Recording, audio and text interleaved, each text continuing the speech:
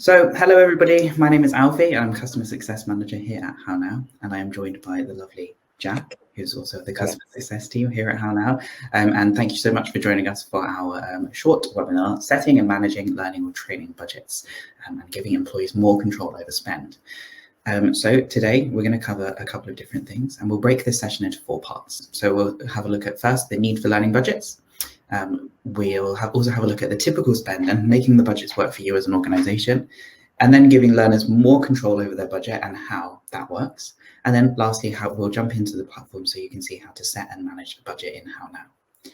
So what I'll do is I'll hand over to Jack for the first portion of it, and he'll present to us the need for learning budgets. Thank you. Yeah, perfect. So starting with the basics of why learning budgets are needed at all.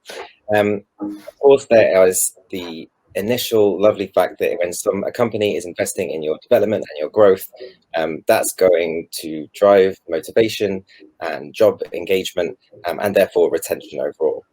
It can also, learning budgets can also be used to close skill gaps between teams in your business, and over half of L&D professionals last year actually focused their time and their money on upskilling and reskilling as opposed to hiring initiatives. Thirdly, companies who spent more on average training per employee were twice as likely to have highly satisfied employees. So in a survey, companies that spent over £300 on each employee had none of them had less than 6 months of a retention rate, which is particularly impressive in industries like sales. And like all of those, touching on retention rates and how they can help in retention in a lot of ways, it also saves money because 50 to 60% of a salary can go on rehiring that role. And if instead you've poured much less of that into developing and growing the existing members of your team, you'll save money overall. So yeah, making the budget work for you, Alfie. I'll send it back. Thank you. Yeah, so I mean, the overall thing for us to have a look at is just because you're spending more on learning budgets, it doesn't mean that learning is guaranteed to happen.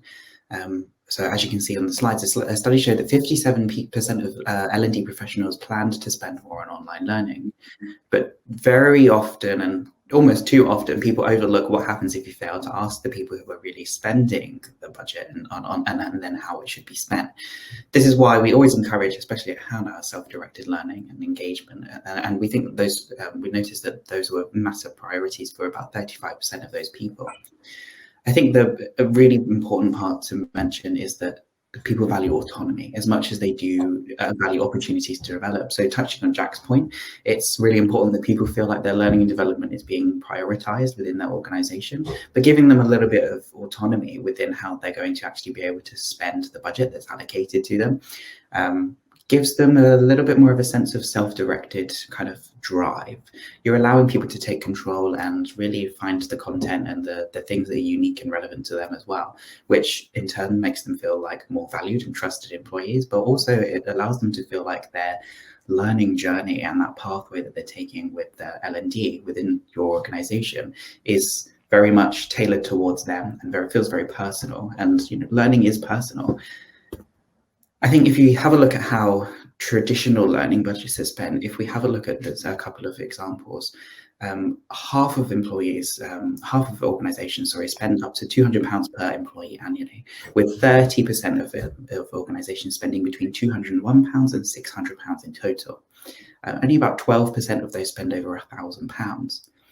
The worldwide average exceeded $1,000 in every year from 2008 to 2018.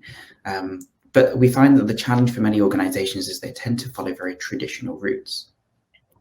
So for example, you're limiting very much your return on investment.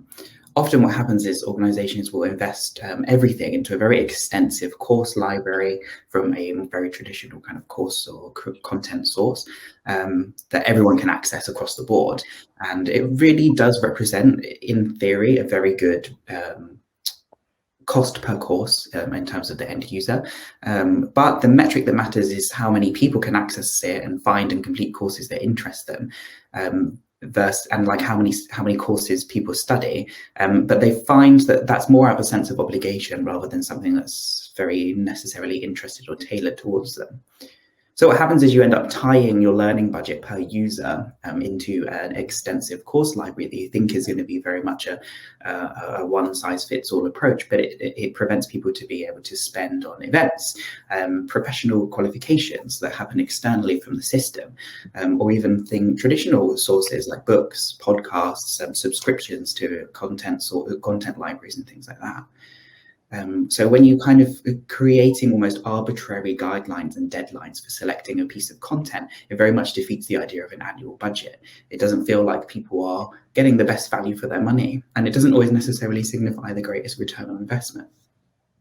And I think for that, it's really important that people feel like they have a little bit of an element of control over how that budget is spent for them as an individual. So I'm going to hand back over to Jack, and he will talk us through the importance of giving learners a little bit more control over their budget. Absolutely. So going into a bit more of effectively the why behind everything that Alfie just described.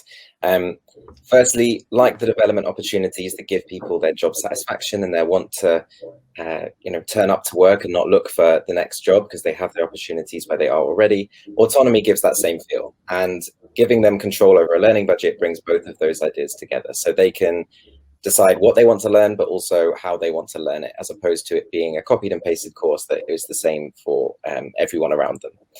And the question really is giving people that choice ending up or leading to them making better choices in their learning and a more efficient overall team learning? And for that, we're going to bring you to a bit of a metaphor. So if I had £10,000 to spend on a car, and my friend popped up and said, "Hey, I'll have a car ready for you on your driveway tonight, and you don't have to worry about a thing." That, as a gesture, sounds fantastic and would be lovely when I saw that car on my driveway, if a nice £10,000 shiny car. But maybe I wanted to spend 7,000 on the car and leave the rest for road tax and insurance and fuel. And actually, that would have been a better spend of my money, which is only something that I would have known. And giving people that control over their learning budget, no one wants to waste their own money. So it really, you're not left with a what if, or what if I had spent it a different way, or what if I could have spent it on something else. And you don't want to be the company that spends £10,000 on a course that then nobody ends up completing. So there's an obvious challenge as well, Alfie touched on, with the difficulty for L&D managers, especially with traditionally small L&D teams and much larger companies that they look after. It can become a crazy amount of budgets that you're looking after and just lead to inefficiency in general. So to give the power to each individual is great. And I'll pass it back to Alfie now to show you how you can do that within HowNow, and how managers can look and approve all these requests too. So thank you, Jack. So what we're going to do is we're going to jump into HowNow now, and I will show you how you can kind of set up a learning budget. So what we're going to do is we're going to create a learning budget for our marketing and growth team.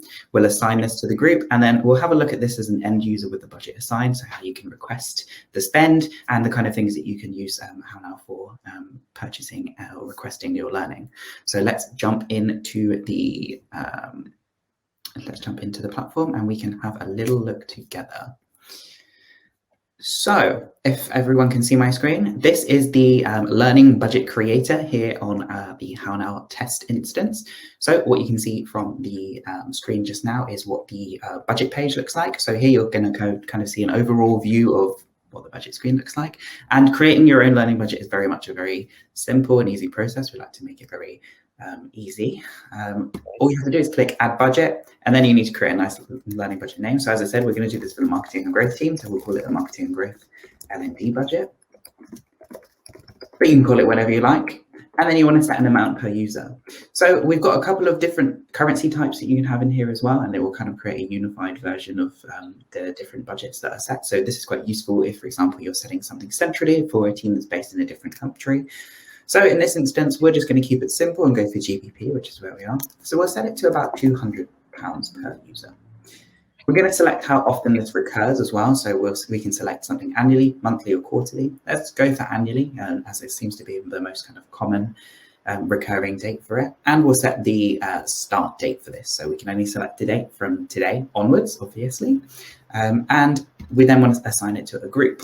So your learning groups are, you might be familiar with on your platform. They're usually set up for you during implementation based on how it works for your organization. But in this instance, we'll assign it to our marketing and growth team. And then we need to assign a budget owner. So we can select someone who's got a manager or admin access level on the platform, and you can have as many as you like. If, for example, we find that the marketing and growth L&D budget has a couple of different line managers within it, for example, we can assign a couple of different line managers as budget owners, and they'll all receive a notification when someone submits a request for this particular budget. But then if, for example, we only want line managers to approve, or decline the budget request, we can just encourage people internally to create a little piece of comms to just say, make sure you're only assigning your line managers your direct reports requests. Alternatively, you can set one centrally. In this instance, I'll select Adam Swingley, who's the admin of our test environment, and then you just need to click Create Budget. So once that's done, everyone who's within the marketing and growth team will then have been assigned to a budget, and it will appear just here in their instance, just on the top right corner. You can see here, it says balance £50. So this isn't my budget, so it's not correct right now, but I'll show you what it looks like as the end user. So what we want to do for now is we just want to log out, and then I will log back in as one of the users who's been assigned to that budget, so we can have a little look. So now that once we've assigned our learning budget to our group, we want to be able to spend it, of course. So what you can do is there are two very simple ways that you can do this from inside HowNow or using the HowNow browser extension, which is what I'll show you first. It's a very simple, easy process, and we'll use an example of a book. However, there's a couple of different things that you can recommend through HowNow, and ultimately the decision is yours on how you choose to spend your learning budget. So, for example, we work for the marketing and growth team. We just want to open up the HowNow browser extension and pop it up over here. And all of the users who've been assigned a budget will be able to see the little credit card icon here, and it will just say Request Learning once you hover over it. Let's say, for example, I found this piece of content. I found the digital marketing strategy book, and I'd like to use that to improve my skills. And I'm taking a little bit more of a self-directed approach. It's something that I found that I think will be useful for my learning and development within my team. So I select Request Learning, and the HowNow browser extension will automatically fill out all of the fields, so you don't have to do any typing. All you have to do is add in the price for the item. So we just need to select £26.59 because we'll talk about version. And you can also add in a reason as well. So in this field, you can add in, if, for example, your line manager suggested this book, add it in as a little piece of justification for the purchase, but you don't have to add this. It's not a required field. Internally, you can decide whether this is right for your organization or not. If, for example, you want to understand why somebody is requesting a certain piece of a certain resource or requesting permission to attend a certain event, for example, this is the best field for them to add it. And whoever approves or declines the learning request will be able to see this as well. So what you'll also be able to do is select the resource type from here. So as I mentioned, we've got quite a lot of different options available for you through HowNow. You can select things like books, conferences, courses, networking events, premium learning, professional memberships, qualifications, subscriptions, webinars, and workshops. So these are all different things that you can kind of tailor a little bit more towards your individual person.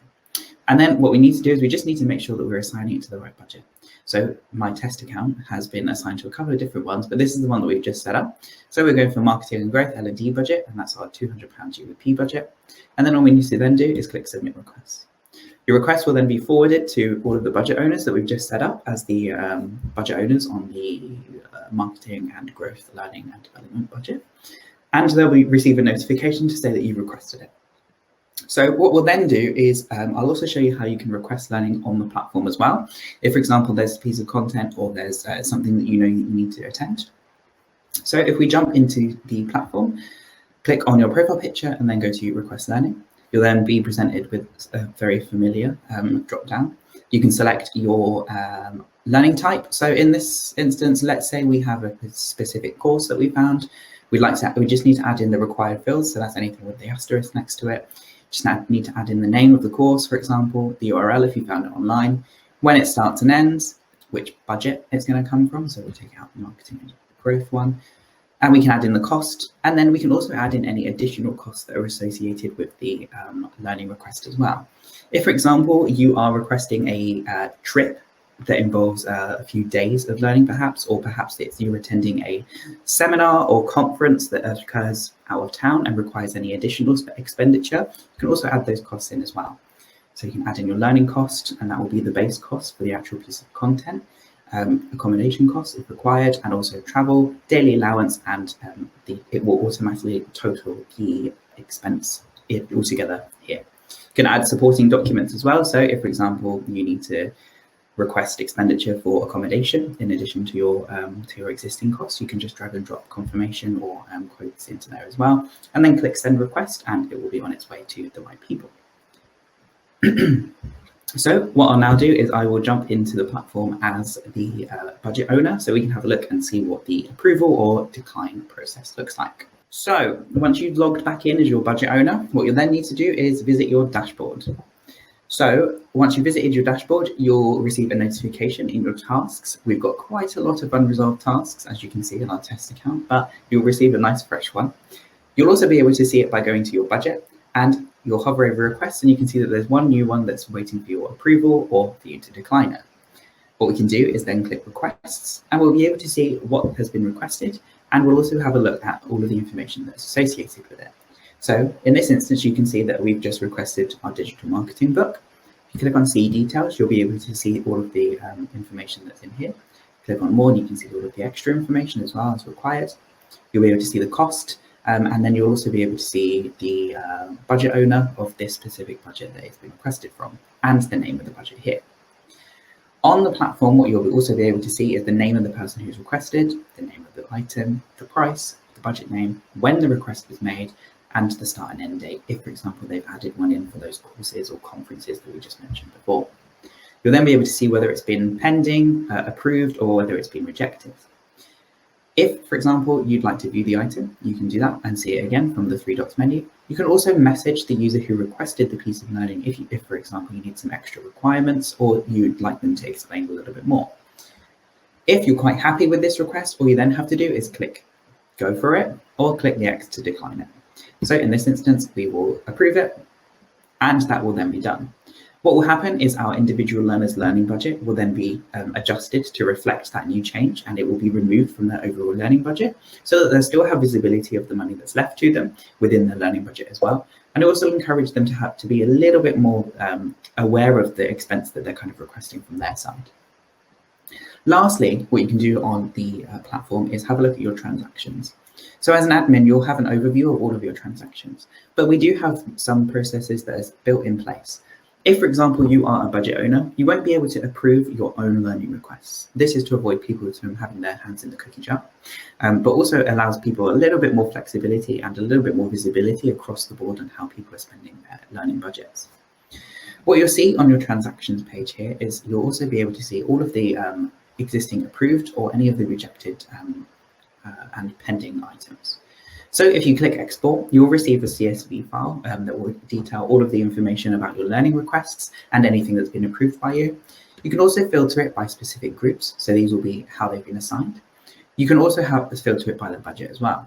If, for example, we want to have a look at the marketing and growth L&D budget, we just have to select that from there. If you select marketing and growth L&D budget, you'll also be able to select a date range. If, for example, you find that there are quite a few users in that group, you'll also be able to see anything that's already been improved within that budget as well. We like to make budget visibility nice and easy on the platform. After your approval process has been made, it's then your responsibility to tie that into any of your internal processes. If, for example, you need to have the cost approved from an additional cost center, or it needs to be organized through a expense app like Expensify or Clio, for example, you can then tie in a little bit of a comms process to ensure that people are unified across that approach. And that's how easy it is in order to create a learning budget on the platform. If, for example, you find that you'd like to assign them to very large groups, you can do that. Or you can break down larger groups into much smaller teams as well by creating newer, smaller subgroups. Ultimately, the approach to learning and development and its budgets is up to you, but we like to take a very easy, non-hierarchical approach to understanding the learning budget process. So I hope that was helpful, but yes, thank you. So thank you so much, guys, for joining us for setting and managing learning or training budgets and giving more employees more control over their spend. My name is Alfie. I'm Jack. And if you have any questions about learning budgets or how HowNow can help you manage those at an even better level, please don't hesitate to get in touch with us. Our emails are on the screen now. But yes, as always, it's been a pleasure.